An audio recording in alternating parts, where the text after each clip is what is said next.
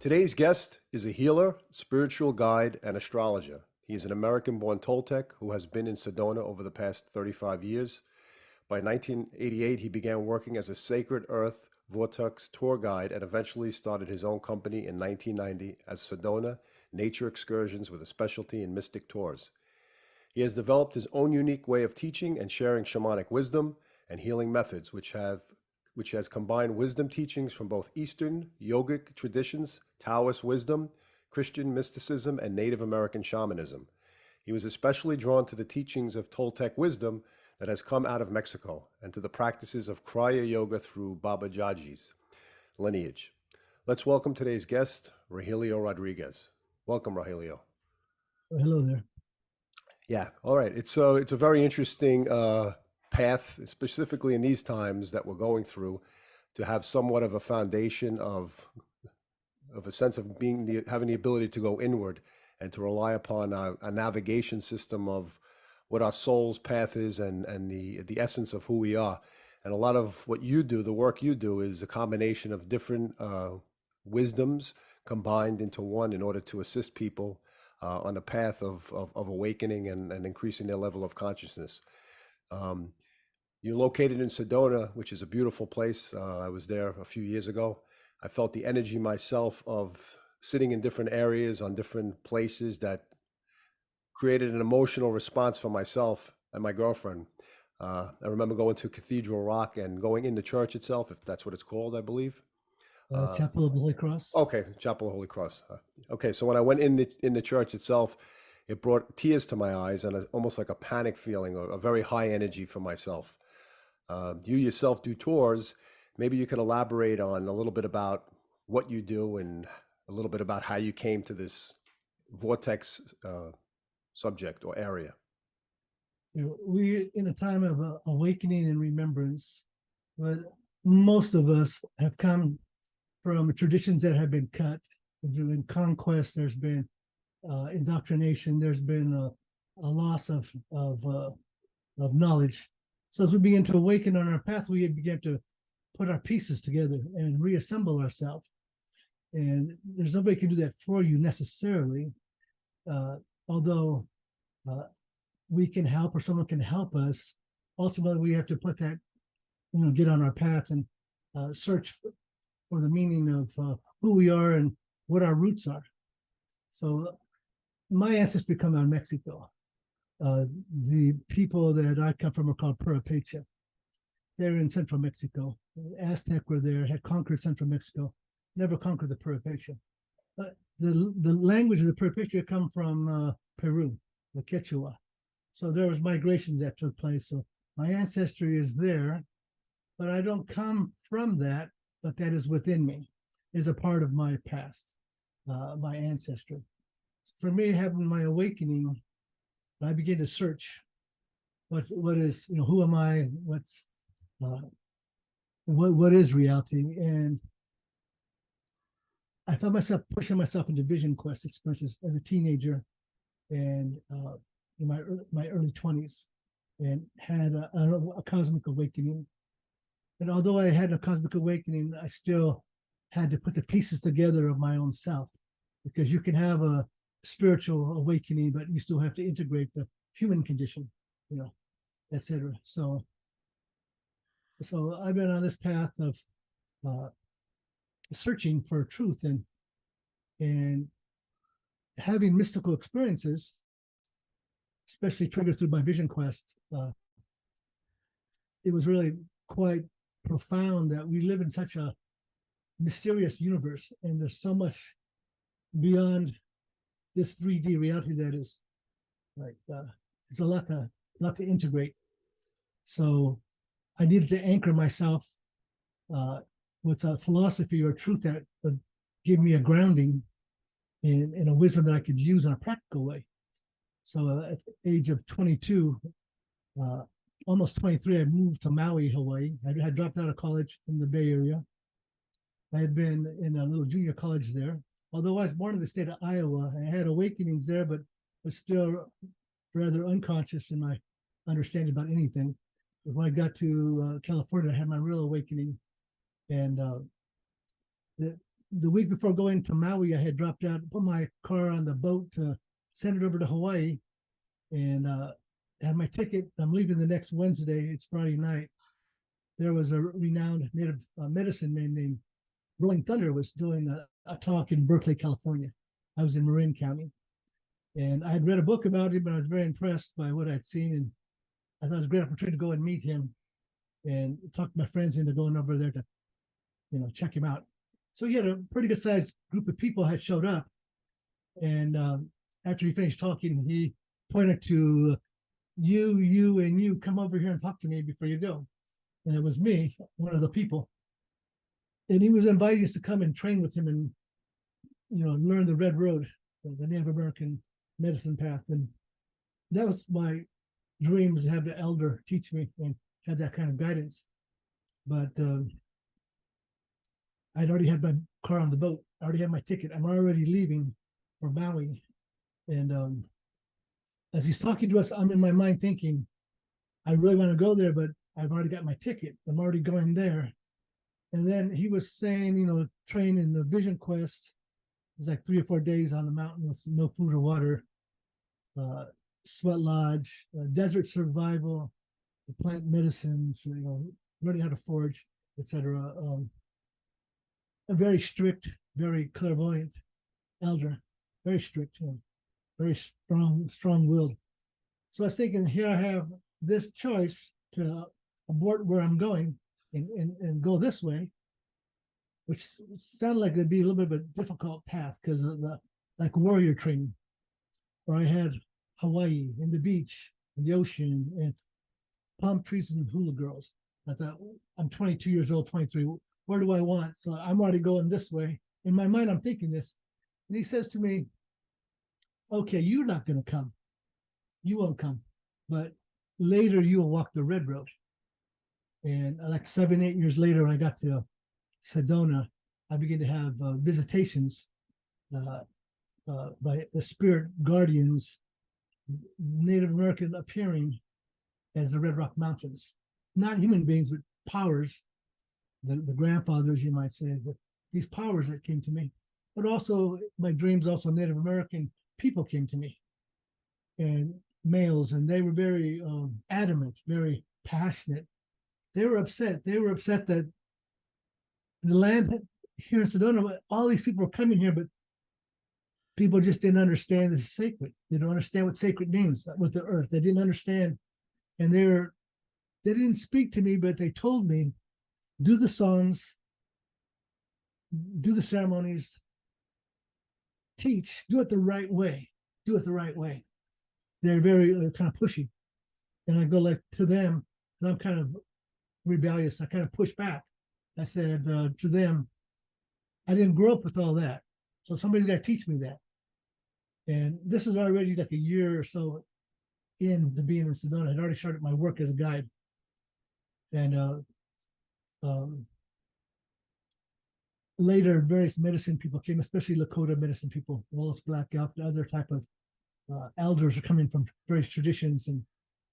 And I began to be with them and do ceremony with them. And I realized a lot of what they do is what I was already doing, it already naturally, creating my own way of helping to connect people with, visiting sacred sites, etc. So when I went to Maui, Hawaii before that, that's where I ended up moving in the middle of nowhere, out past a place called we call the Seven Sacred Pools, past Hana, Kipuhulu. Where I moved there was no electricity, no water inside the place. I took my showers out in the yard, cold water, and just a little A-frame off the grid, way out there. And looking around, I found a trunk full of books. There's those astrology books. I'd already been introduced to astrology, and I had debated about going into a study of astrology, but astrology seemed way too complicated. I had been doing numerology. I had been casting the I Ching, looking at the Chinese wisdom. I've been reading tarot cards. I was looking for answers like that. And astrology always kept coming to me, but I kept pushing it away like too complicated.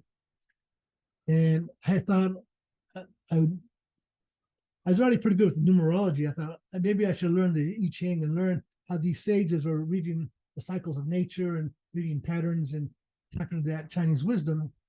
But then I realized I need an elder to teach me the intricacies of that tradition. So here I end up in the middle of nowhere, Kipuhulu, Maui, and there's a trunk full of astrology books.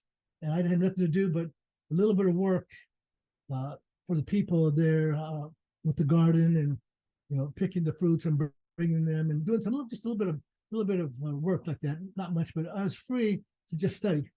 And I studied obsessively for like a year. I used myself as the guinea pig, my chart, and I began to look at it, going like, "Wow, this is." I was kind of a skeptic at first, and it began to show me this really, really works. So I began to really get into that and spend a lot of time with it. And then I'd meet people, and they say, "What you been doing?" And I thought, "I've been studying astrology, obsessively." They go like, "Oh, really? You think that works?" So I said, "Yeah, I've been using it myself. So I'll give you a reading. I got my reference books. I'll take a little bit about the books and I'll write up a little report, $25, and we'll talk about it." And then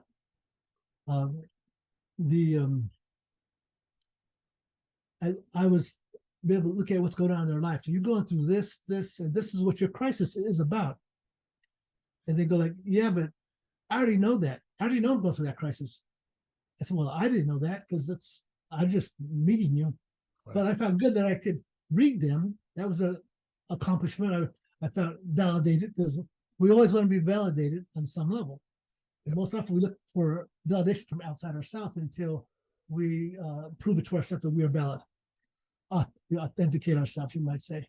And I remember this is back in the 80s, 85. And 1985, that's quite a while ago. I remember thinking when they said, "Yeah, I already know I'm in this crisis. What can you do to help me?" And from feeling good about being able to read them, I began to feel like I don't have any skills to help anybody. I don't have any skills. So I began to pray, I need some skills. I need to be able to develop some skills. And also when I lived on Maui, I met a guy who had a UFO shirt on, said, "UFOs are real, but the government's lying about it." Little saucers on his shirt. And I talked to him about it, and I was very open to what he had to say because of my own mystical experiences. I had some very powerful supernatural experiences.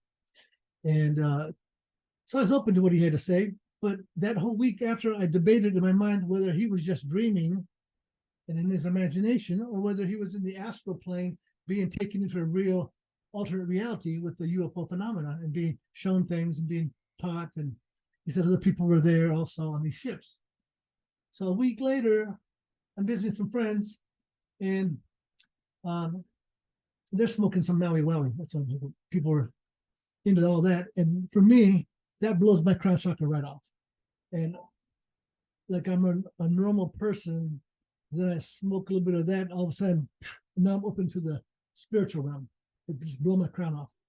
And I'm feeling like I just need to go outside because I need some fresh air. I feel claustrophobic in this house. I need to be out and feel my connection to the greater. So the night sky is just brilliant. Stars everywhere, just magical. And Hawaii skies really dark. And all of a sudden, UFO came down right over my head. Woo! Much higher vibration, but it was bright like a lightning bolt. And it was hovering right over me, maybe like 40 yards over my head. So really, really close. And I'm in my rational mind. It's not a plane. Planes don't hover. It's got like a big wing, but there's no nose or tail. This can't be a plane. Is it a helicopter? No, a helicopter does blah, blah, blah, blah, blah, blah, with a propeller. A helicopter looks like this. It's not a helicopter. So I'm being all rational, getting my mind blown because my description, because we have our inventory in our mind, our dictionary that describes the world, that was not a part of my description. So the light came on from the house and my friends came outside and they're going, they're pointing at the sky, they go, "Rahelio, it's a UFO." And I'm like laughing to myself, like, I know it's a UFO, but I was laughing because I could not accept the fact that it was a UFO. My rational mind could not. My silent knowing knew it was a UFO all along, but my rational mind couldn't accept it. Like like Einstein said, something like that. Mediocre minds fiercely resist a superior mind because they can't conceive of their concepts. Or mystics say the rational mind is the slayer of that which is real, because of the rational mind, it won't allow something greater than the rational. It'll talk it away. Yes. For the average human being, your rational mind creates shields for you to keep you in your little safety zone of the 3D. When that shield comes down, then you go into alternate reality. You're up into, what they call like a vortex phenomenon. There's a multi-dimensional realities out here. So when we start opening up to that type of a possibility, there's where you find, you have to be careful how you navigate that, because you can go into other dimensions and not come back. So I've had a couple of brushes with crossing over like that, and not going into heaven like you're dying and going into the light, but in the parallel realities, the third dimension, fourth dimension, that you can step into a parallel reality and not come back. Yeah, I just wanted to just interrupt you for 1 second regarding that particular subject, because it's very interesting how the ego itself protects us from, I guess, situations that we're not able to digest or handle. And from your perspective as a person who was strong-willed and maybe structured in your mindset, having an encounter was, I guess, a way maybe of shedding the ego itself, or shedding the veil for you to gain a greater perspective of what existed. At that point, how long did it take you to digest that process itself of seeing that? Well, that, even though that was phenomenal, it was still gentle compared to other things I'd been through. Okay. Because you blow your mind, you have to. I had my mind blown a few times as a teenager, and especially doing the LSD one time. I want to know what this is about, so I did it by myself. And I ride my bike, and I was like 16 years old, and I'm on my bike, and all of a sudden it got dark, and I have no headlight. And back then it was like you had to have a headlight, or you could be in trouble with the police. You can't ride without a light at night. And they were kind of like where I grew up in Iowa, West Des Moines. They were kind of like always kind of prowling around just to try to keep an eye on things. And I was riding my bike, and here I had no place to go, so I'm riding under a street light around in a circle, going like, I don't know where I'm going. This psychedelic is going to blow my mind up. There goes my ego, going through like losing control, not feeling very, very vulnerable. It's going to blow my mind. So I thought, I got to get away, because I just got to get away from being vulnerable. And right there was a big field, and that big field was like a mile long and half a mile wide. Nothing out there. And on the far end was the baseball diamonds and swimming pool, public pool, like that. So I went up in that field, and the fear I had of being gotten, because that's that primal fear. Like, I didn't know I had that primal fear until I started opening up with the smoke or with the psychedelic. All of a sudden I realized that I had a fear deep inside me of somebody trying to get me, from like a past life trauma where somebody's trying to kill you because you're a threat to their reality. So I had that fear inside me. So I got to get away so I can't be got. And I got out into the field. And once I got out into that blackness out there where nobody could see me, and I felt invisible in the black, hidden, my body began to vibrate very, very strongly, began to shudder. And our aura is like an egg. The first, like an onion, the first sheath blew off. And then it rumbled some more. The next sheath blew up. And then the third sheath blew off. And my root chakra rumbled and bam, right up my spine, up the top of my head, my kundalini shot, hit the sky and came down as rainbow colors. Wow. And in the beginning, you introduced Babaji and Kriya Yoga. When I trained in some of that back in the early 90s, one of the breaths we learned, cobra breath, kundalini breath, bringing the breath, one of the methods was seeing it go up your spine and come back down as rainbow colors. So I experienced that spontaneous as a 16-year-old. But I had some encounters where I had both the divine spiritual encounter of the love and the light, and I also encountered that which was on the shadow or the fallen side. And that's what maybe really jolted me the most. And that I stuffed that away because I didn't know how to handle that. So later, as I got into my 20s, 22, 23, I had my awakening again. And I was at a party in Marin County before going to Hawaii. One of the guys came out with some really strong marijuana, and the people at the party smoked it, and it was so strong, everybody was like, woof, kind of knock us out of our brains kind of thing. So it put a cloud in our minds. And in the cloud, I saw in my mind a fog. I said, I want to see through this fog. I want to see clearly. I want to see through this fog very willfully. I commanded I wanted to see through it. And then a beam of light, and then the fog in my mind was no longer in my head, but it was now, my head was outside of my mind. See, because you think your rational mind's in your brain, but when you go to the higher mind, it's out. Your mind is outside. Your mind is all around you. It's 360. It's very large, like the sky. Your mind, and all of a sudden, I saw a beam of light come right down the middle, hit me in the mind's eye, and the veil, the fog parted, and then my master teacher spoke to me.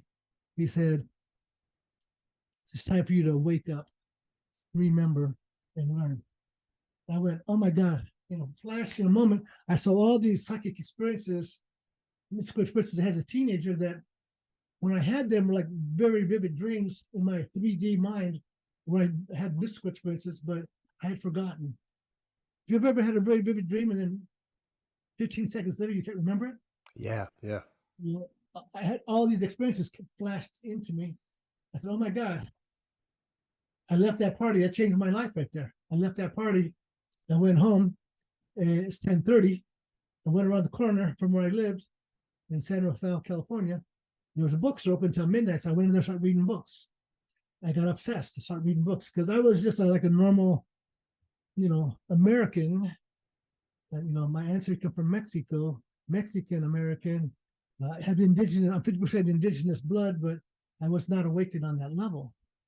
So I started reading books, and the ones that really touched me was talk about the ascended masters, because this master had spoken into my mind, and that kind of set me on my journey. And going to Hawaii, I just wanted to know, like, what really made me want to go is that after about 6 months of reading, and after I read a book, it was very exciting when it began. But by the time it ended, I always was let down. Like, that's it? That's all you got to do?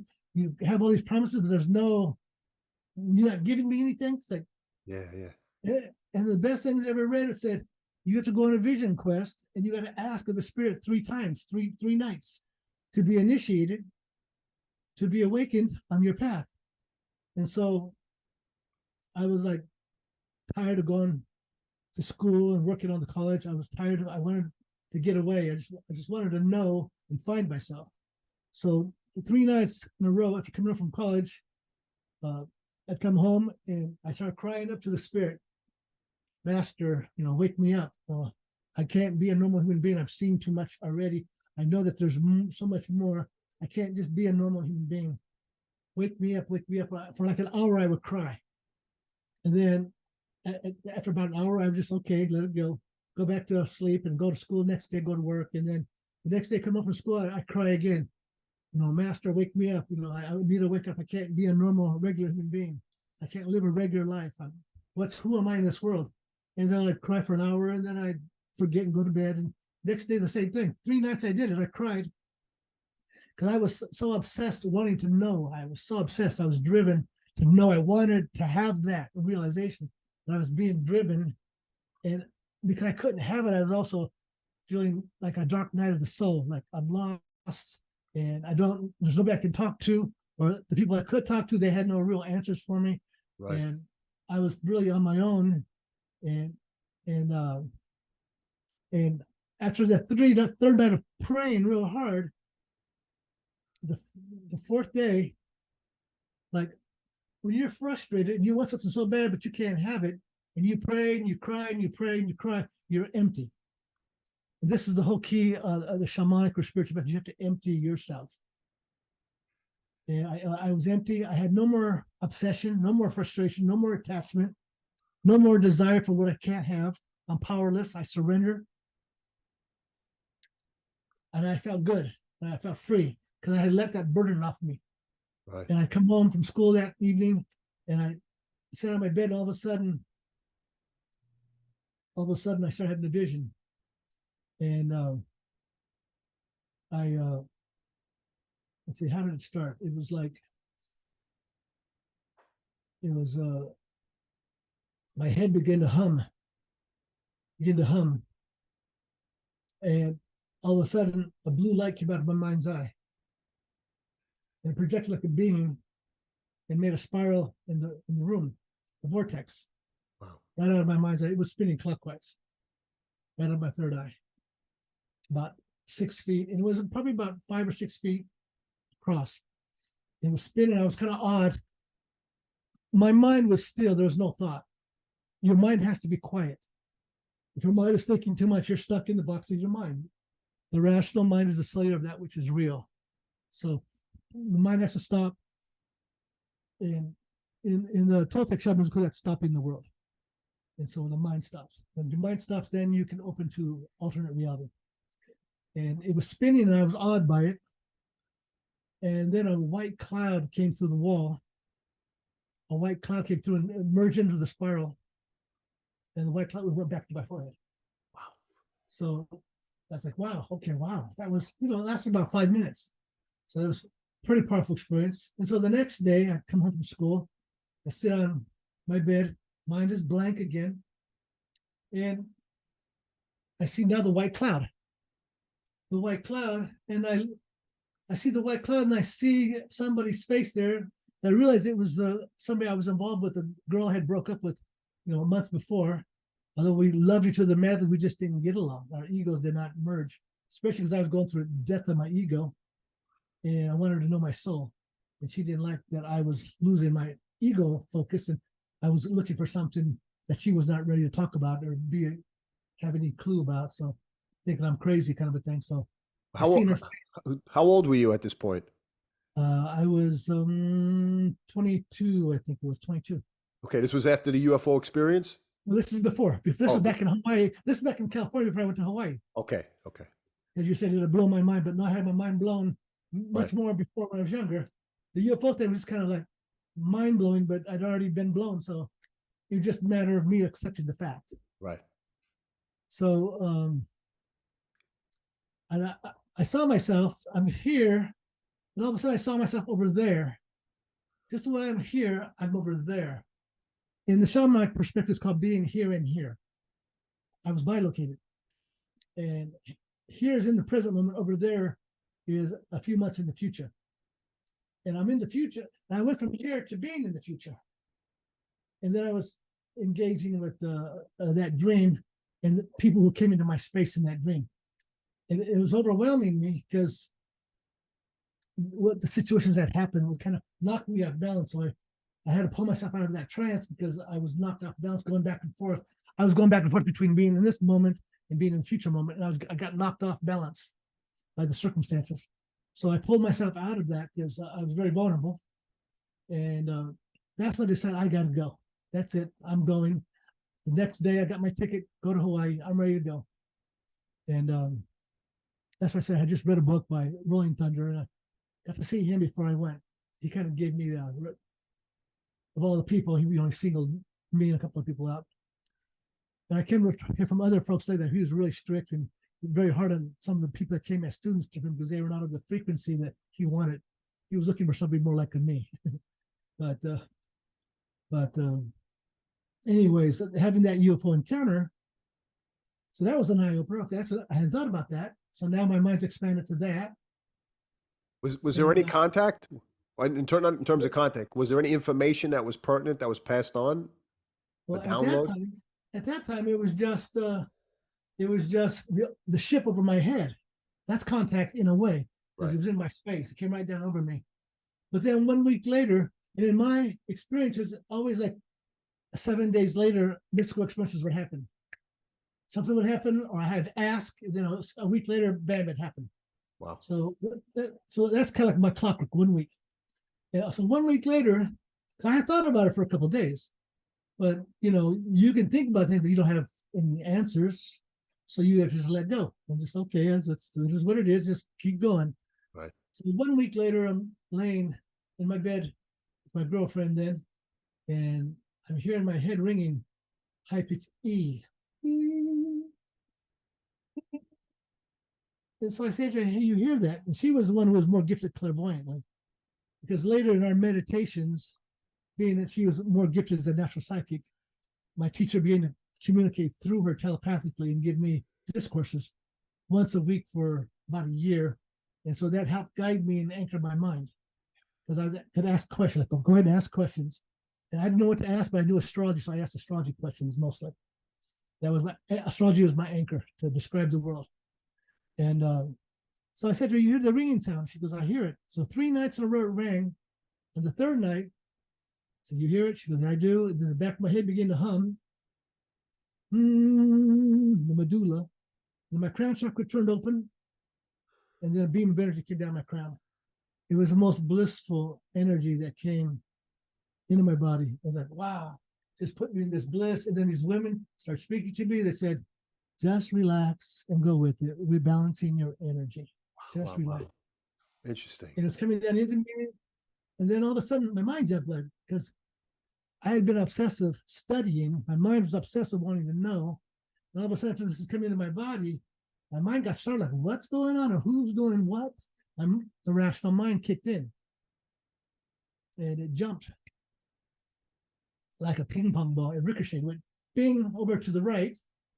And when you have your mind, therapists say the sensors of the mind, they're like the primers, like when you have the horses with the little veils on their eyes like that, we have that. When we go through a trauma, people's their tunnel vision goes like that. But in normal, it's usually out as far as your hands can reach, as you can see as far like that. So my mind jumped to the right, hit the wall of my perimeter of my mind, my rational mind, and bounced back. And you know when you have a radio and you're right on the dial, the music is coming in sweet. If you go too far to the right, it's staticky. And too far to the left, it's staticky. So that's how we are. We're like radio receiver transmitters. We have to have the dial lined up down the chakra line. Antara Karana, this line. And when my mind was over there, it bounced back. When it came into this download here, they were saying to me again, just relax and go with it. We're healing you. We're balancing you. And I knew that's where I wanted to be. Like, well, that's where I want to be. Because the momentum was so strong, because my mind was so strong, because my mind was obsessed to know. It bounced through, the momentum carried it to the other side, and then it bounced back again. And the static here, it had a consciousness in it, an astral consciousness that did not want me in this download. Have you ever gotten into the ocean where the waves are coming at you real fast and the wind is blowing and it's hitting you and the waves are coming too fast and it's getting rough, you got to get out of there? That's how it feels. It feels like that. It's the staticky, this astral chaos.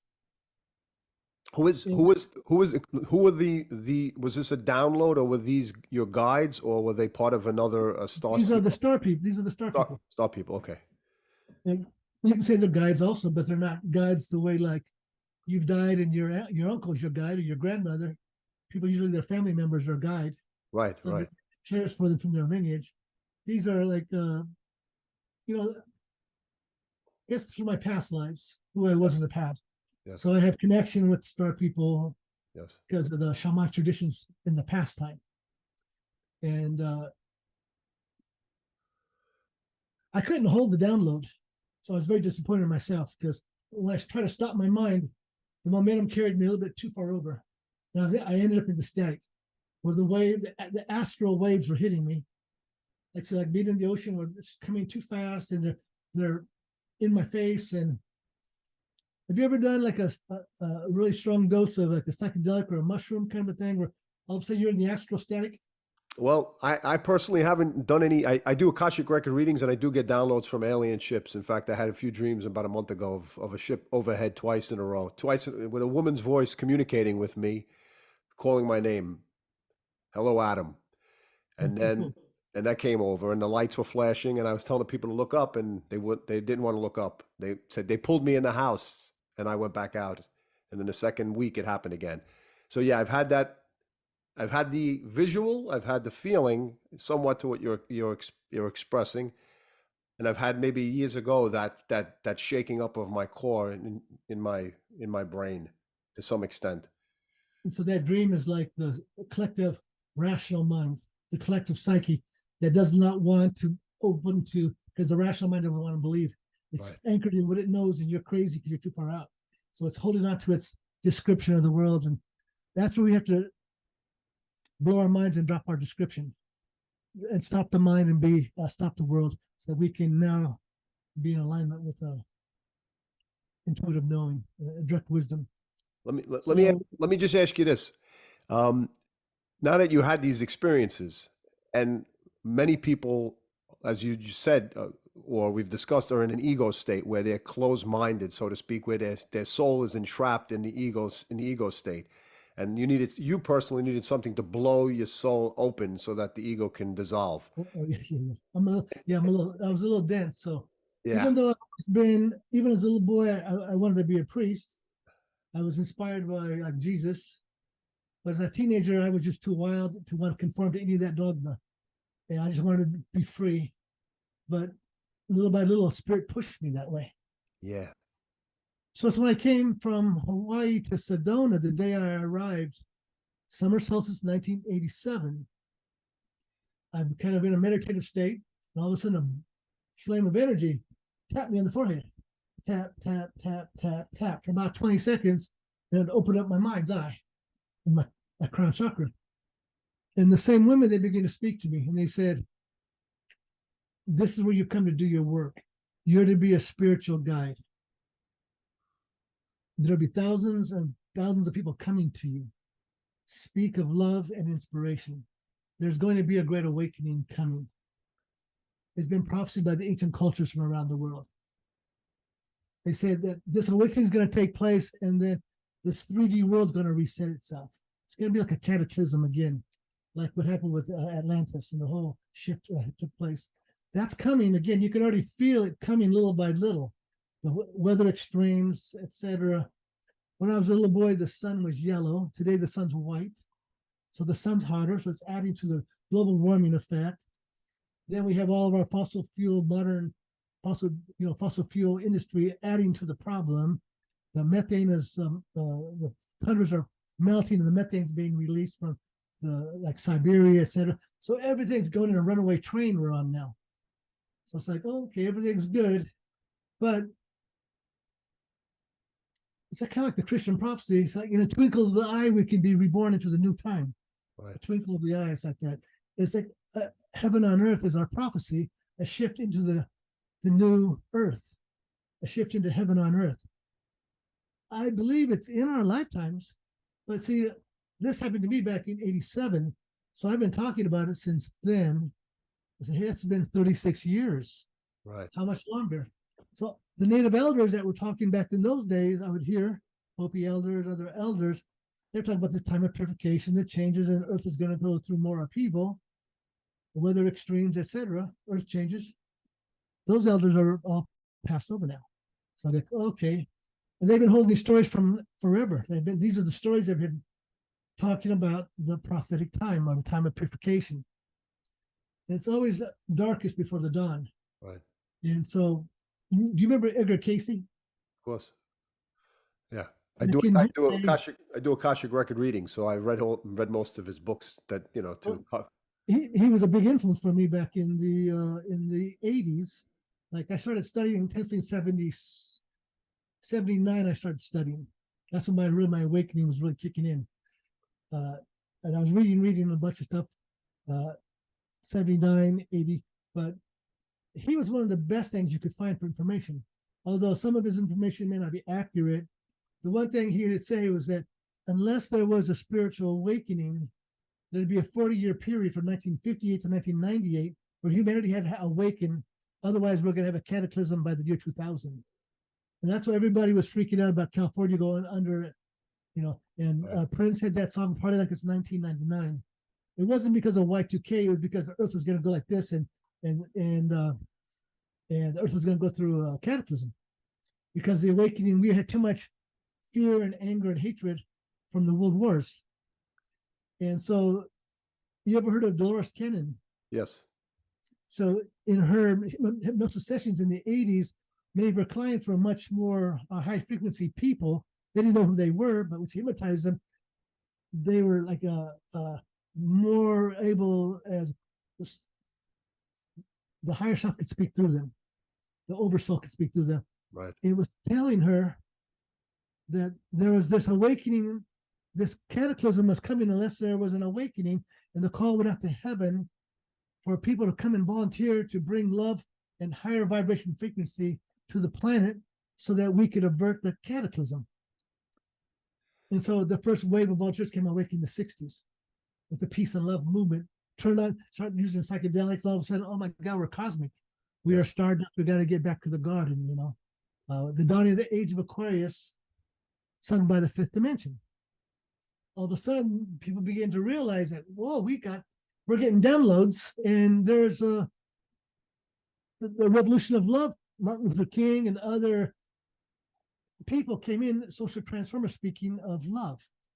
The Beatles started singing love, and all the musicians were being inspired, downloaded with this inspiration that changed the world. So I had a sigh of relief, because I was like, when I lived on Maui, the reason why I left Maui is I had a vision. I saw the earth changes. I saw a big tidal wave in Hawaii. I saw it coming. I went into a spontaneous vision. I lived a half a mile up from the beach in Kihei, and all of a sudden I had this vision, and I saw through the walls, I saw down to the ocean down below, half a mile away. I saw the ocean pull way out, and I didn't know what's going on. Why is the ocean going out? And then I was down at the beach, looking at the beach, and then all of a sudden I saw in the distance this big wave coming. And I thought that wave was back in the apartment up half a mile away. I thought the wave would be 30 feet tall. Right. But that wave came in, it was way over my head. It was like a mile-high wave.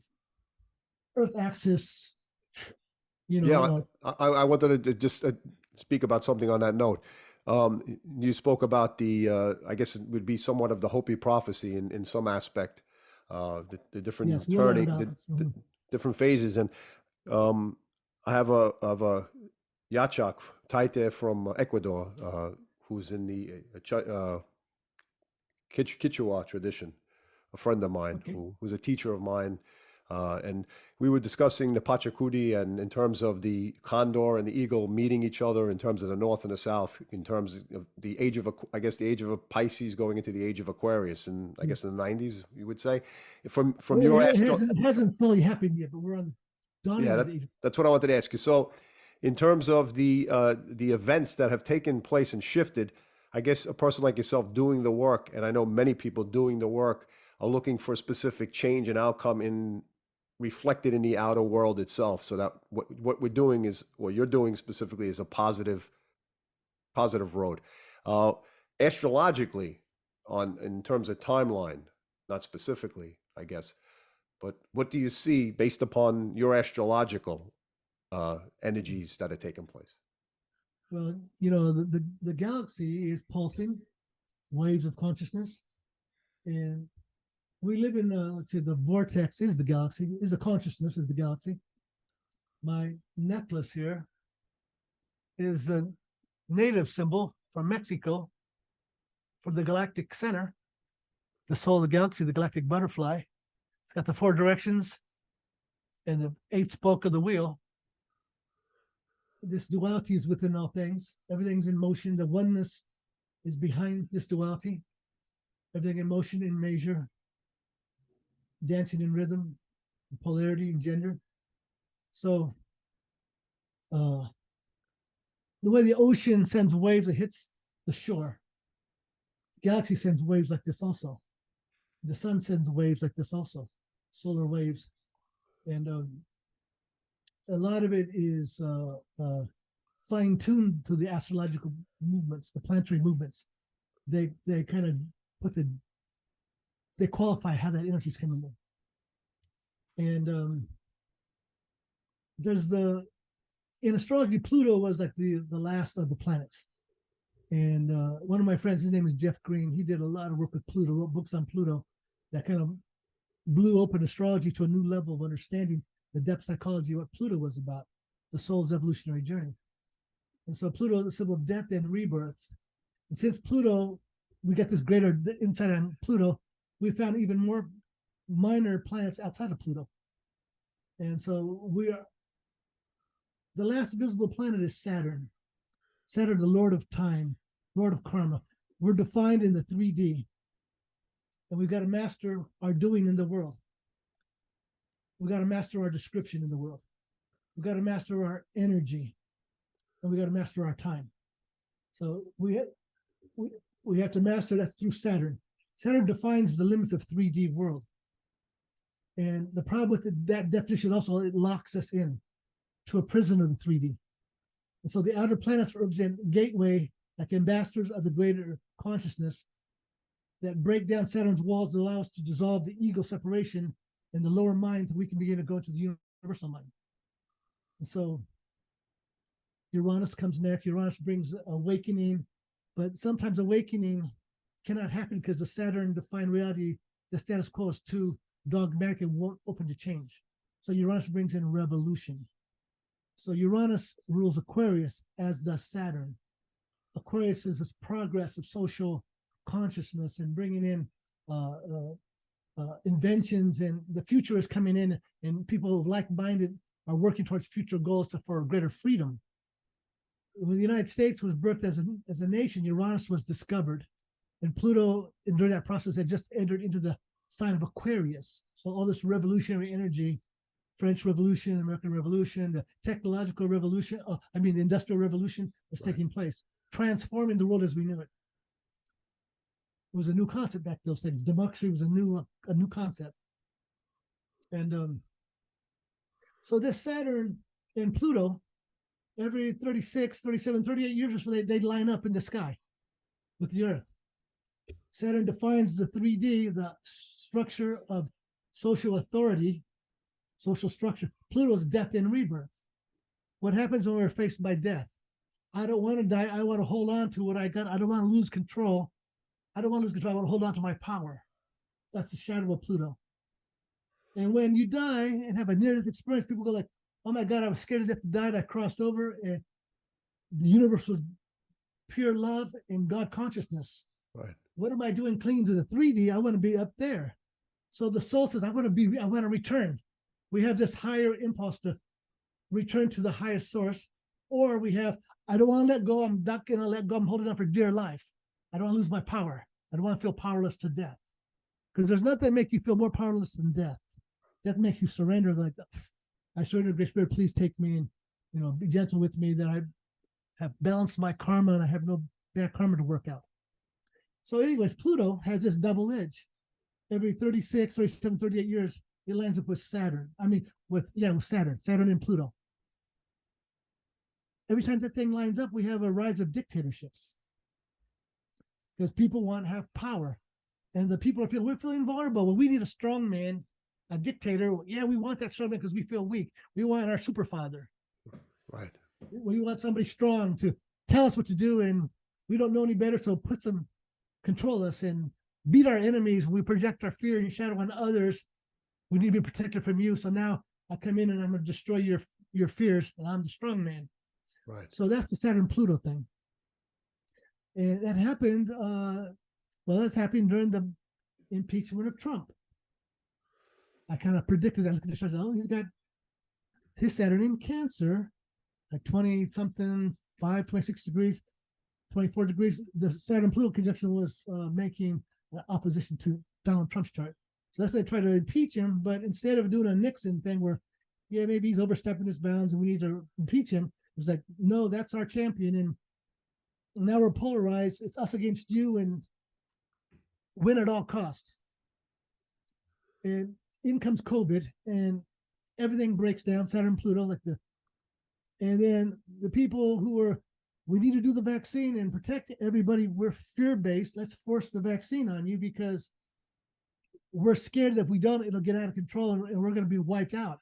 Yeah. So from our fear, because everything comes from fear, of losing control, let's put this authoritative, lock everything down. And if you don't abide by this, we're going to put you in jail, or, you're in trouble. So we had extreme go that way. And then on the other, we had the extreme going the other way. Like, we're fighting for our hero. We don't want him to go down. And it was not that long ago, a few years before that, Neptune's like the ocean, the god of the ocean. In the ocean, all the waves are in oneness. You look at the ocean, it expands your consciousness. Wow, the ocean is very poetic and mystical and on oneness with the ocean. But if you go out in the boat and you go too far out and you can't see the land, you can get lost at sea. Right. And so Neptune shows where you can get lost because you can't define yourself anymore, or the boundaries melt. And so you got to learn how to navigate. Well, the sun's here, I got to go this way, or the stars are there. You have to learn how to navigate a higher consciousness. So Neptune was making a right angle to the moon's orbit. This gave birth to what we call the Great Lie. Today, it's like the big lie. For our country, it's the election was stolen. That's been a big lie. People say, no, we believe that really happened. There's inconsistencies. But, like Arizona, Republicans say, no, we did a job. We double checked. All the states that did the double checks said, no, it's valid. So now we've got this is all going to come up for a review, like what's been the truth, what's been the lie. So now Pluto's making a right angle to that nodes now. And again, the Pluto Saturn was like aligned. COVID locked down the economies. Yeah. Everything was in a death process. A lot of people got to deal with their shadows, like my fears. I've been working. I didn't have time for my own process. So now that I don't have to work, oh my God, I got a lot of issues I got to deal with. I've got to transform. Oh, I got family karma passed down, patriarchal karma. You're not good enough. You're a failure. You got to live up to expectations. You're not doing what you should be doing. Guilt, shame, and blame. All these projections, and let's blame it on you, or let's blame it on you, or is it me? Are we doing our work to clear our past? Like, no, I never make a mistake. Some people are going like that. Oh, I'm perfect. Yeah. Like, no, you're Right. not. Right. No, you're not. We're all fall short of the glory of God. We all make mistakes, but we have to like transform ourselves and evolve. We're all evolving. So Jupiter came up and caught up with this Pluto-Saturn conjunction, and it kind of reset the economy. And also the economy got going again, and things started, we got through a reset. Now, one of the fears that people have is that, now that our computer technology, or artificial intelligence is coming online, it's going to transform our society. We can't control our money. There's illegal drug monies. Are we going to take our money and put it on a cashless system? Yep. We've been talking about this for 20 some years. But now it's like, now we have the technology to do it. And that's freaking people out. Like, wait a second, that means they got control of everything we do. And it's like, it's not necessarily our government, but the world banks and these powers of these corporations that are working to try to navigate the world with too many people on the planet. 7-8 billion people on the planet. So how are we going to manage this? And when you got so many numbers, they're expendable. Yep. And how do you manage it and control it? It's kind of like Sedona, with so many people coming here. The government, the Forest Service, has to manage the environment. They have to put limitations: no camping, no fires, trails, stay on the trail. All of a sudden, our freedoms are getting taken away. Right. Because a small number of people are damaging or doing wrong. Now it makes it bad for everybody. So there's Jupiter and Saturn and Pluto lined up, and it's the Great Reset. Because Jupiter's expansion and growth, and every time they line up, and actually Saturn and Jupiter lined up a year and a half ago on the winter solstice. If you remember the Christmas star thing on the winter solstice, I do. Yes. Yes. It was the first degree of Aquarius. Aquarius, every almost 20 years they line up in the sky. They have a 20-year cycle, socio-economic cycle. How do I define myself? Saturn, master the lessons and the test of life, do the work, lay down the foundation. Saturn. Jupiter, how do I create success and optimism, follow my vision, find inspiration, and create abundance? So every 20 years they line up. Now in your chart, you're going to have 12 houses. That conjunction, that lineup's going to fall in one of your 12 houses. That's going to define you for the next 10 years. And a 20-year cycle is like the full moon cycle of it is 10 years. So this whole decade, Jupiter, Saturn, and Aquarius, 1 degree Aquarius, where it falls in your chart. So that's where you're going to define yourself. And everything's going to develop around the seed that's planted, because that, even though it's happened 2.5 years ago, the seed is still there. Right, right. And the seed of the Pluto-Saturn conjunction is still there. And we found a body outside of Pluto way out. It's called Eris, goddess of discord. And in one of her stories, this election between which of the goddesses was the most beautiful, Paris, he chose Venus, Aphrodite, versus Hera, giving him worldly power, and Athena giving him strategic power as a military leader. He chose love, Venus. So the other goddesses are upset, so they conspired to create havoc. Sabotage. And so it was Paris. His gift was the most beautiful woman in the world. That was Helen of Troy. And so he met her and fell in love with her and ran away with her. And so then the Trojan War began. And so it was this whole drama about love. Yeah. So Eris, somehow in this contest of who's going to be chosen, she overthrew it because of kind of like who is the vote was not fair. So she has one of her things is that elections are being, fighting over elections. So she was making a right angle to Pluto Saturn. She travels much slower than Pluto. She's way out. So she's like in 23 Aries, sign of Aries. But this square to Pluto Saturn to Eris, it's there for the next 15 years. And so that theme of disruption and conflict over elections, and we're not done with this election crisis. Yeah. And so this theme of overthrow and not abiding by the elections, not only in this country, but it happened in China, where now Xi Jinping, whatever his name is, he's a dictator now. It happened in Russia. Putin is now dictator for life if he wants. So, and a lot of my conspiracy friends, they are against the New World Order. They think Putin and those guys are fighting against it. But I go like, the things you can say over here, you can't say that over there. That's a dictator. And they'll kill you and you disappear in a heartbeat. Over here, you can say all these things, but you still want to be on his side.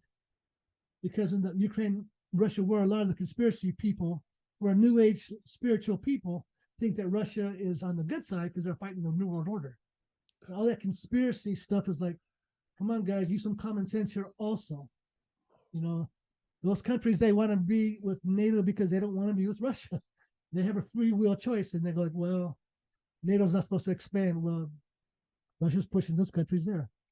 So I don't want to get into politics, but you know what I'm saying? There's all this who's right and who's wrong. I have other views on that that differ a little bit, but I wouldn't share them on here. I'd share them in private with you. Yeah. So the main thing is who's telling the truth and who's lying. Yeah. And you know what it is that both sides have truth. Right. Both sides have truth. Both sides also are lying because everybody wants to hold control. Yeah. A lot of the information that I've heard, not only through my Akashic record reading, my reading itself, and confirming with other people as well, look at it from a different perspective. And I don't know, can't say it's correct, but I could say what I received in my readings. And the shaman, Hacho Castello, who is explained to me his connection to the specific races. Actually, 30 years ago, a mothership landed in Ecuador, and Jesus and Angel Michael appeared as one. Mm-hmm. Passed the information on to him and told him actually the current events, not based upon astrological, but based upon the fact of just factual evidence of what he received. You're tying in the astrological component, which is a factor in the energies, right, affecting Everything a situation. Can change also. It all changes. It's not set in stone. Yeah, but in terms of even what they saw back 30 years ago is still changing because it's not set in stone. Yeah. Well, so he was expressing the actual spiritual war, and alien different energies fighting it out with each other. That's going on presently, affecting our vibration, our consciousness. COVID itself was exactly a spiritual war between specific alien groups. Biological war. So, and a lot of the information he was expressing in what's taking place over in Europe is a little contradictory. against what the narrative may be. And Yes. but I received that kind of information. So for me personally, I see it differently. I see it not from a, it doesn't matter what my standpoint is, but I'll share with you later on. Anyhow, in terms of the moving forward from this point forward, astrologically, Everything is coming up to be looked at. And I always tell people you got to stay neutral, because if you buy into right? one side or the other, you're gonna get hoodwinked either way. Yes, yes, yes. You have to go to the source first, because there is no answer for people trying to control the world, because they're fighting from the ego mind. Right. There's no salvation in the world, because the world will pass. But our awakening is a spiritual awakening. So my only point is that many people who are seeing the deep state and the dark forces, they're not just these people, it's in everybody. The deep state is in every person. We all have a shadow side. Right. And so if you're fighting with it outside yourself, you're giving power to it inside yourself. So then you're having fear that, oh, we're going to lose control and they're going to win. There's no winning in the 3D. Ultimately, our graduation comes when we move to the 5D. And that's heaven on earth. The 3D is a school ground for us to choose. Great masters have come and gone. They've realized the highest truth. And they say this world is perfect as it is. It's a school ground for people to make choice. Yeah. Choice to move into the light. Because to be in the world but not of it means you can't be invested in the power struggle. And yet here we are, we're stuck in it. We're stuck in, we're making choices, we're going to war. Yeah, of course. We need to pray that the divine can come in and neutralize the war. Can intervene. I wanted to say something with that. Many people haven't awoken to a certain consciousness, and that's their path at this point. Some people are in a higher vibration, a higher level of consciousness. And in spite of that, obviously, people are still stuck in the matrix of the 3D world of creating a response to an external stimulation that takes place.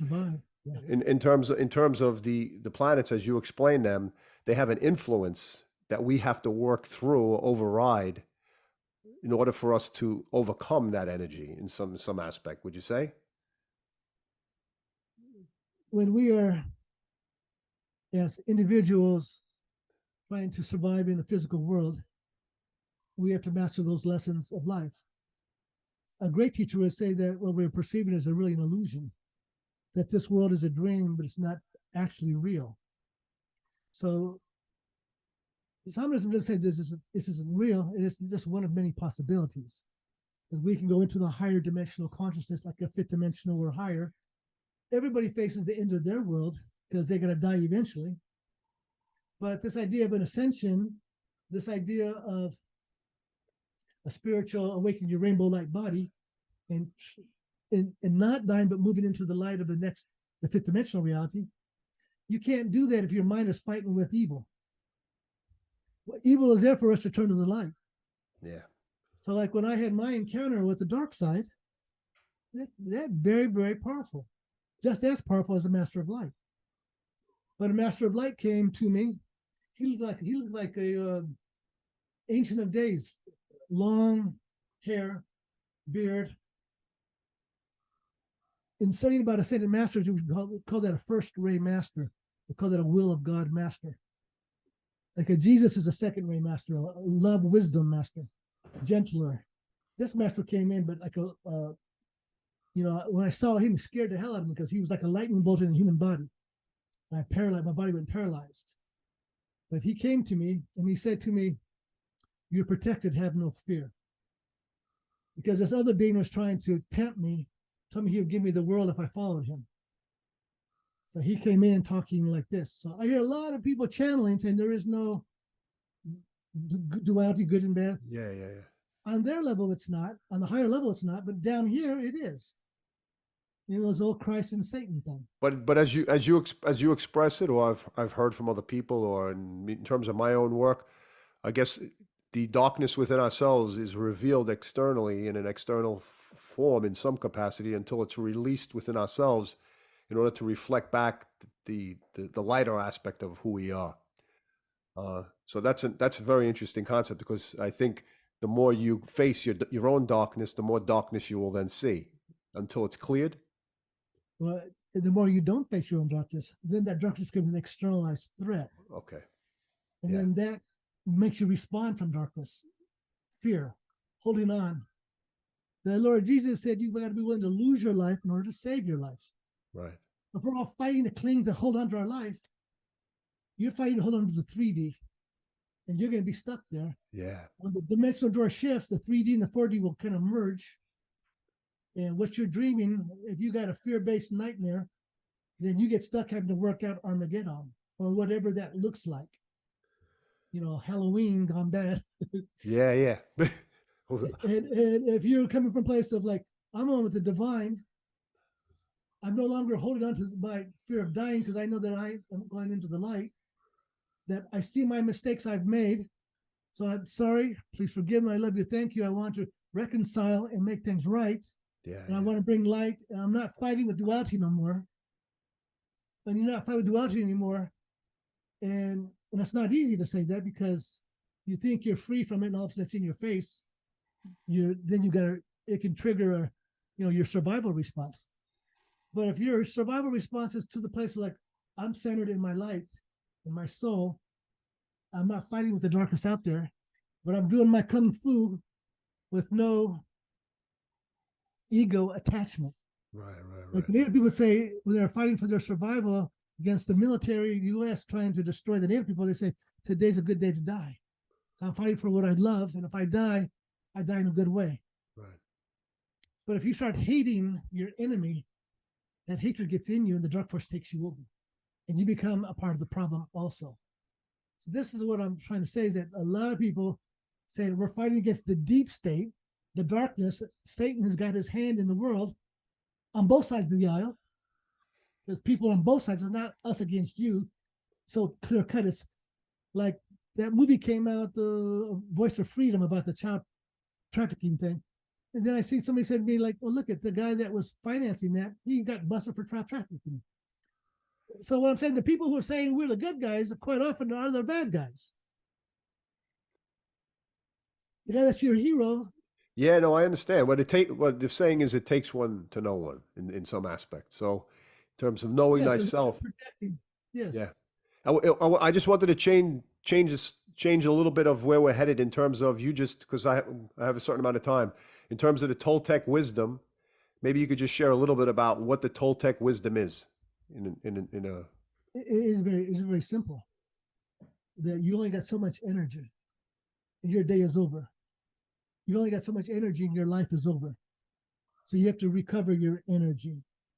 But all your life you distribute your energy into all your experiences, your highs and your lows, your trauma. Your energy is deposited in your life memories. So you have to recover your energy out of those memories. You get to recover and cut the cord from the past that has traumatized you. That's what they call erasing personal history. So, because people get stuck in their story. Like, oh, you're telling your story. Right. Yeah, but their story is not a good story. They get stuck in a traumatic story. Or they have a good story, but they get stuck in that story. They don't grow past it. To take your energy back is soul retrieval, because you need energy to be conscious. Right. Then you got to cultivate your energy. If you do your yoga, your qigong, your energy movements, your ceremonial practices, and cultivate a silent mind. The key is a silent mind with energy. And when you're not reacting to like who's right and who's wrong, like I'm a right-wing person, I'm a left-wing person, that's the foolishness, to be caught attached to a belief system. Because I put a few things on Facebook once upon a time about people say, like, don't listen to the media, only listen to this source. I said, no, you got to be open to all sources. Otherwise, you become a cult. You become a cult. You only listen to your own lies, your own bias. If you don't see a bigger picture, but you got to be able to see both sides and see that both sides are lying. They both tell truth. But they also have their bias. It's like seeing your friend, they're breaking up, the guy and the girl, and they're arguing, and whose fault is it? All the guys go like, he tells his guys this, and they're all for him, and she tells her girls all this, and they're all for her, and the guys and the girls are at odds with each other. It's like this right and left. That's what it Yes, is. You know? yes, yes. It's like a divorce because we're not listening and communicating, and we're blaming. So in reality, we're all in this together. And when we drop sides and say, what are our issues that we want to work together for? Then we can begin to breathe in a new creation. And so right now we have Pluto went into Aquarius and went backward into Capricorn. Capricorn is the government, the social structure. We're in the thick of this power structure of, it may wreck our political system because there's civil war mentality. And let's go to politics, but this is what's going on with astrology. For our country, we're stuck in a damned if we do and damned if we don't Right. situation. Like, so Pluto's going to go back into Aquarius over the Jupiter-Saturn conjunction. The last time we had Jupiter-Saturn in Aquarius was 60 years ago when we had the 5 visible planets, sun and moon line up in Aquarius. That was the song came out, the dawning of the age of Aquarius. There's no sympathy and understanding, crystal visions, mystic revelations. Aquarius, Aquarius. So the Aquarius theme, this social revolution is happening again on the next spiral up. What happened in the 60s? Black people were rioting for civil rights. Martin Luther King channeled it through the peace movement. What happened here? Black Lives Mattered, trying to channel it into a positive. What happens? Women start burning their bras. They don't want to be stuck in the patriarchy. They want their own voice and their own identity in the world. What's happening now is the religious people of the right wing took away the abortion rights. So women want those vote. They want that right to have a choice. So everything's swinging blue versus being red because the women's vote is going that way. What happened is that in the 60s, young men didn't want to go to war. They had conscientious objectors. Right now, where people go like, hey, we don't want war.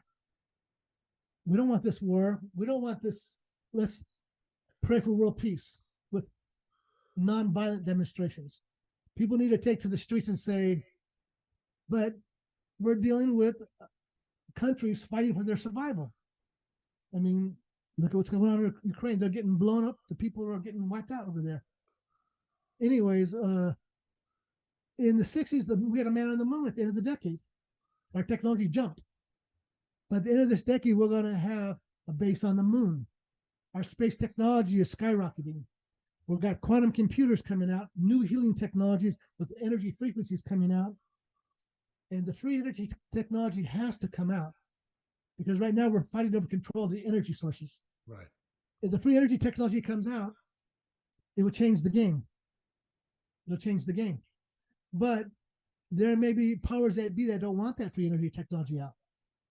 There may be powers that be that want to do GMO farming, powers that be that are controlling our resources, powers that be that are like, working on the dark side. So how do we deal with that? Right. It's for the Christian people, Christian mystics, they were going like getting thrown to the lions. Let's feed them to the lions. It's like, okay, I surrender to the divine, to the Christ. I offer myself to you. Yeah. I wanted to say something to you in terms of you being a lighthouse of a person who's challenged your own norm or your own ego, and myself included, and other people who are out there who listen to this and who resonate with this type of message. I think the fact that falling under the role of what anybody tells that doesn't resonate with a person on a higher level has to be challenged. Just to conform to something in order to do the right thing, in some cases, is necessary. But as you're saying, the revolution of our own person's individual path is on the line and facing their own revolution of awakening. It's all there because if you invest yourself in the outer world, you're going to lose yourself. So maybe it's important that we have these challenges from a polarized energies in order for us to realize that we need to stay neutral and go down the path, a straight path, and ignore the left, right. That's the meaning of life and duality, for to make the right choice so we can step beyond the place of choice. Yeah. And come into alignment with the soul. So like back in the 90s, early 90s, I met a guy named William Cooper. He wrote a book called Behold a Pale Horse. And he was exposing a lot of corruption in high places in secret government stuff. And whenever I talked about that kind of stuff back in the 90s, it gave me a sick feeling because I'm giving power to the darkness. Oh. And that's why when everyone wants to talk about that, I'm going like, that makes me feel sick that that's not where we want to go. We want to look at it. We want to make choices, but the more we bring it up, the more we give power to it. In other words, a lot of the conspiracy movement is being sabotaged by false conspiracies flooding into it, which make people go crazy. And I met a lot of people losing their minds because of the conspiracy stuff. A lot of people losing their minds because they want to fight and they're just spitting their brains out. And they're being caught by this conspiracy to fight the dark force. And it's a trick to get them to lower their vibration and get stuck. If the veil were to shift, like if the wave were to come and we were to shift dimensions like that, and if you're fighting with the dark force and you're your own struggle, your own anxiety, I think you get stuck in the lower level and you don't get to go up to the higher level. A lot of people in the spiritual movement can get stuck because they're giving power to their fears, what they're fighting against, versus putting the power in what they love and say, we're not victims here. That power may be in the world, but if I master it here, then I die, I go to heaven. And if you die, you go to heaven. If we die, we go to heaven. Let's just hold our light. Right. Let's just hold our space. Let's just create our vision of what we can do. And if we check out, it's okay. Because the world's going to reset itself anyway. People can have all these plans about how they want to control the world, but it's not going to, they're going to lose all that. The earth is going to reset herself. We're going to move to the new dimension. Yeah. The fact is, when does it happen? Is it in the next 2 years or is it 100 years? We don't know. Well, I guess it's an individual path, right? For us to choose what we want to do. And that's the message, is not following the masses in some capacity. I wanted to just move along to the, maybe you could share a little bit about your tour that you offer in Sedona as we move ahead a little bit. Because the world is a kind of a crazy place and we get our minds stuck in there. And I hate going there because that makes me feel like tainted by that. Going to the mountain, going to the land, there's none of that. It has its own power. It's like the vortex is the galaxy. The earth is spinning, and she generates life force. Her vortex, day and night, yin and yang. Her life force goes through all the body of the earth. She's a crystal grid, like you see a geodesic dome house. A harmonized? It's a grid like that. There's a grid, the spiderweb grid. Right. She's got 7 continental chakras. She's got her acupuncture meridian grid system. She's mirroring a human being. You've got 2/3 composed of water. She's 2/3 covered by water. In the Earth grid, there's a 5-point star pattern. Is a dominant pattern. We're 5-pointed stars. The 4 directions is built into it also, built into us. We mirror the Earth. Your crown chakra is the North Pole of the planet. Your feet together are the South Pole. Your right hand extended is the East Pole. Your left hand is the West Pole. The East Pole is the male pole, the right hand. We're living in a right-hand dominant world. The male dominates right now. Most people, 89% of people, are right-handed. If you were left-handed, they would force you to be right-handed because they were scared of the left-hand side. Right. But here's the day and here's the night. The sun, God, and the full moon. If you're out under the full moon, they thought you got to be a lunatic because you're out under the moon. You got to be crazy because that's when the vampire and the werewolf comes out. So that was the fear of evil in the darkness, in the sunlight on the day side. So for shamanism, you have to integrate the left-hand side. You got to go past your fears and connect with the higher divine energy once you get past your fears, the fear of the dark, or the fear of the darkness, of evil. You got to have the 2 sides hemispheres balanced in your brain. The right side goes to the left hemisphere of the brain, and the left goes to the right. So in the world, the right plateau, our description of the world, mastering our description, mastering our energy, mastering our time, mastering our doing. This is the Eastern plateau, is the dominant plateau, the masculine, transcendental. It's the Tibetan Himalayan plateau. The indigenous people have 4 sacred mountains. Wow. They've got shrines to those mountains. They make pilgrimage to those shrines. Those 4 mountains are the 4 guardian spirits, the 4 directions. It has the world's highest male pinnacle. a phallic pinnacle, Mount Everest. Why are they going to those shrines and they pray to the sky and they prostrate and they take a couple steps and they bow down, lay out, get back up, and they go for miles to the shrines because they're holding the balance of the planet there at that eastern pole, that male pole. And the eastern hemisphere dominates the world. It's the male dominant cycle. That side of the world dominates. The northern hemisphere is male, the southern hemisphere is female. The northern hemisphere dominates. And so now the female plateau, the western plateau, is exactly opposite side of the world, is the Colorado plateau. These mountains in my picture here are the edge of the plateau. The ocean has carved them off, and above us is the Colorado plateau, Arizona, New Mexico, Colorado, Utah, the four corner states. The second largest plateau in the world, the female plateau. The indigenous people have 4 sacred mountains. They have sacred sites that the public's not allowed to go to. They're doing their ceremonies and making visitations to those pilgrimage sites to hold the balance of the earth. Has the world's largest female womb, where Mount Everest is a male pinnacle. The largest female is the Grand Canyon. The Southwest is the western pole of the planet. It gets the most lightning strikes of anywhere in the northern hemisphere, in the Western world, I should say, in the West, in the Americas. The Southwest gets the highest accumulated lightning strikes. So the indigenous people are holding the balance at this place. And you go to other people's sacred lands, they usually have 4 sacred mountains, and no matter where you go, as a microcosm of the macro. And so Sedona is a part of this vortex that is dominated by the Grand Canyon. Like an acupuncture needle, meridians in the body, you got masculine and feminine, and balanced or neutral. The masculine is the desert pinnacles, electrical, and it's very powerful, these red rock formations. The green, the lush, are Oak Creek Canyon, the water is flowing, it's female vortex. You got to have the water, because you can't have life without the mother water. Water, like an oasis in the desert, is the sacred places, the water places, the green places, female places, caves, womb-like formations, the desert pinnacles. And then in the back canyons, we have canyons like wombs that are feminine and pinnacles are masculine, yin and yang.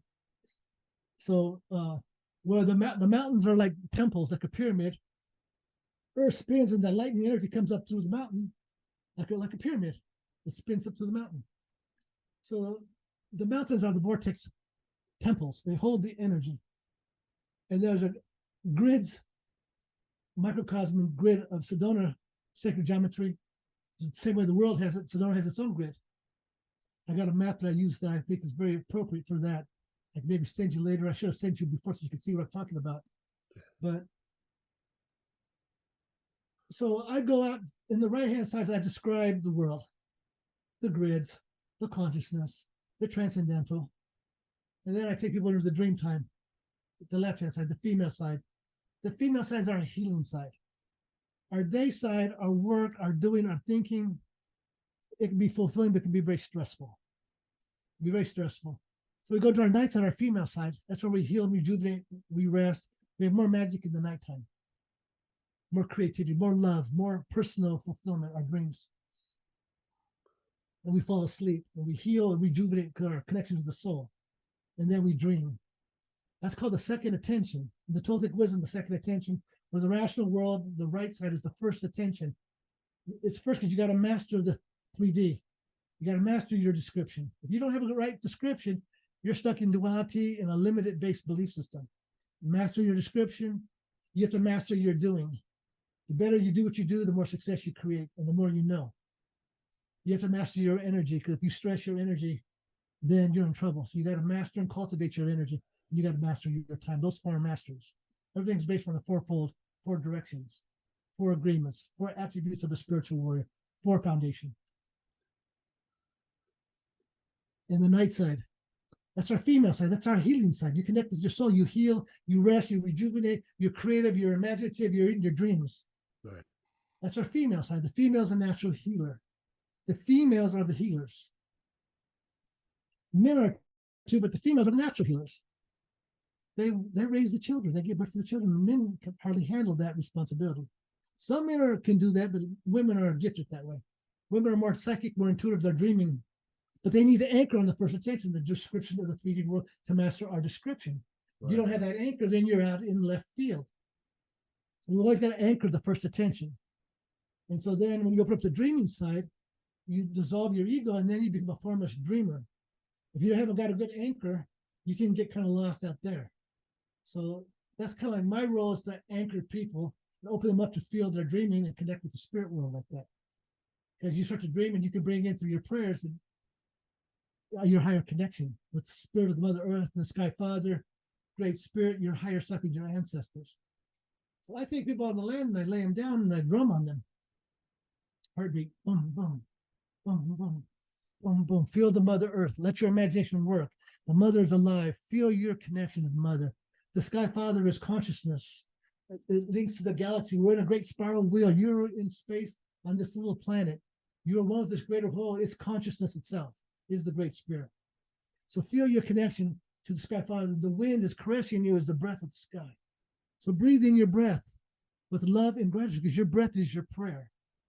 You don't breathe, you're dead, this body. So you got to breathe, and your breath is the spirit of life entering you. You have a direct connection to the spirit. So breathe with loving intent that you're connected to that source. So breathe. Know the Mother Earth is alive. The heartbeat of creation is pulsing through you. The wind is caressing you, because usually the wind will come as I start praying. People go, oh my God, the wind came. Because we call the wind as the breath. And everybody's going, oh my God, the more faith you have that your connection is divine, the more magic you have. Lord Jesus said, if you have faith, you could move mountains. If you have faith. Ancient Chinese proverb, when sleeping, women awaken will move mountains. Faith comes from our female side, because our male is very anchored in the rational mind. It's the females who are the dreamers. Our shamanism is a female based, because we're dreaming. We have to open the dreaming. The left side's been repressed because of the fear of the left. But to go into the left and go past the shadow and into our link to the divine, bring it from crown down, bouncing the right and left. That's why we do our prayers, and we're pulling down the power of the spirit. So going to the land today, people are kind of like, they need to get away from like church and politics, because there's dogma in the belief system. There are limited beliefs in those systems. Right. People come to the land, they go like, hiking the mountains becomes a new spirituality. Greeting the sunrise, greeting the sunset, meditating and praying with the sun, greeting the full moon. That's the new spirituality, communing with the cosmos, Earth and Mother, Father Sky, the star realm, the star people, the extraterrestrials, the divine, our ancestors. Begin to awaken that we are dreaming here in the 3D, forgetting that we are connected to the greater. And if we give too much power to the fight of duality and the struggle of that, then we could get trapped in our own minds. Absolutely. I mean, how many people you know who are know too much and that they're freaking out? Well, I think that's a natural process, and I think astrologically you brought about the exact reasons for that happening astrologically. But then going beyond that point is using the connection, as you mentioned, in the directions and going upward to connect, in order to get that wisdom from above, the divine wisdom. I wanted you to tell the audience, in terms of the work you're doing, your tour that you offer, where could they reach you, and if they wanted to. I have a webpage, Rahelio.com, Rahelio, Rahelio.com. I find there's all kinds of web pages of me that I didn't even create on the internet, so it's hard to find me. There's so much stuff out there that is not even mine. Okay, I'll post it. I'll post it in the description. They can also text me or call me. My email, Rahelio@msn.com. Email me. My problem is I got some people writing me and wanting to ask me questions at email, text, Facebook Messenger, WhatsApp, Instagram. I got so much coming up that I don't even want to look at it. So sometimes I don't get back to people. So if you try to get a hold of me, just realize that I don't have a secretary. So if you really want to connect with me, keep trying. Keep trying. You're not bothering me. Just keep trying. Just don't be pushy. Right. I get people that are very pushy because they want, and right. I go, I'm only one guy. Right. You know, if you could leave the audience with one message, what would that be? Well, we're in a time of a lot of people right now. And so Hold your center. Know that you're connected to the divine. Duality is here to show us that we've got to turn from the duality into the light of ourself, our higher self, our connection. Your soul, yourself cannot fit in this little ego mind body. Your higher self is your guardian angel. Connect to your guardian angel, your ancestors, your breath. You got to connect with your breath, connect with your ceremony, connect with your love. Get plenty of rest. If you can't sleep because you can't sleep at night, pray and meditate and do your affirmations. If you got trauma, come to somebody like me who can clear your trauma. And know that all we can do is our best to make this life a success, follow our love, our joy. And if things shift, it's all good. We're out of here. We're game over. We're free. And if it sticks around for another 50 years, 100 years, it is what it is. Just that we live in a very exciting time, and I think when the AI comes online and the robots and all that kind of thing comes on, it's like we're gonna have to like, whoa, what is the world that we're living in? And there may be some major choices we have to make between going to the natural, organic, shamanic path versus going to the technological transhumanism, take a chip, enhance your brain, like Elon Musk wants to do, become a part of that system, which I believe is the false path. But all in all, you're going to die. If you're living from your heart and still talk to Great Spirit, you die, you're going to go to the heaven realm. Yeah. So don't take the drama too seriously. Don't let it hurt you, traumatize you because you're fear. Because you can only die and get out of here. Yeah. So live your life. It's a great opportunity to live and conquer your fears. Love your life. Give love. Forgive yourself. Forgive others. We all make mistakes. We all hurt others. We're sorry. Help us, Great Spirit, to be better human beings. Help us to work together. Help us to cooperate. Help us to come in silent meditation with others of like mind, that we can be a global mind that says we want love, awaken, divine Lord, come down upon us and awaken us and show us the way that we can step into the new time. Wow. And thy will be done, Great Spirit. And we are powerless to do anything but become a conduit for our prayer. And if we do that, the Great Spirit will intervene if it chooses to intervene. Okay. I want to thank you. I want to thank you, Rahelio. Most, not only for the information you share now, but the ability for you to show the courage to actually find and follow your path, to break down the walls of the ego and the matrix that holds us together, you know, to keep us away from the darkness, to keep us away from our fears. And the fact that you had this strong will to challenge yourself to do this and to seek and to then be an example to other people, for me, is inspiring. So thank you. Well, every day we have to be born anew. Okay. We were yesterday, now today's a new day. The Great Spirit, we surrender down and that will be done. Each day we have to reset ourselves and forget the 4 attributes of the spiritual warrior. The first is prayerful intent. We have to remember to put a prayerful intent to start our day, to start our activities. If we don't have a prayerful intent, we can get caught in the ego mind forgetting. Because it's like that powerful dream you have, 10 seconds later, you can forget. Yep. So how do I hold my remembrance with the prayerful intent? Intent is everything.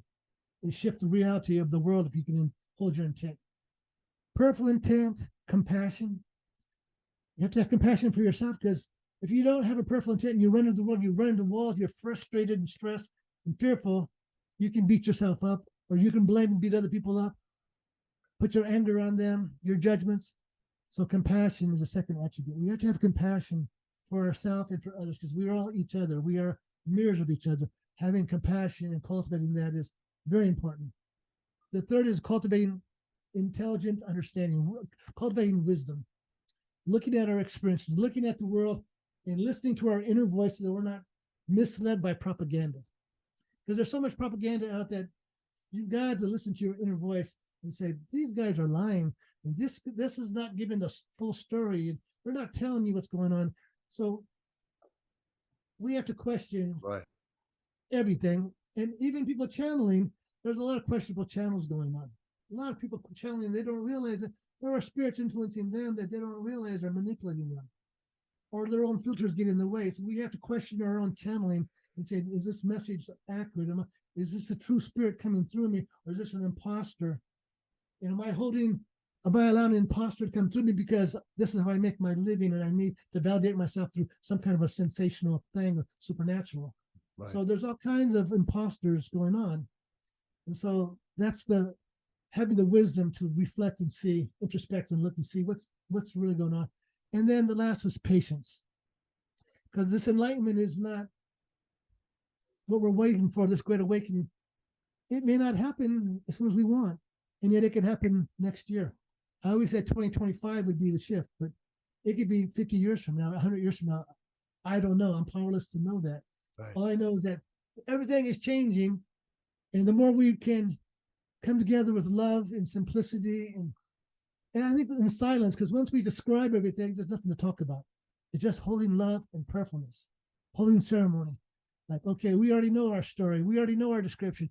Now, how do we shift ourselves into place of our divine transcendental self? Right. Right. I am that I am. All right, Rahelio, thank you so much. Amen.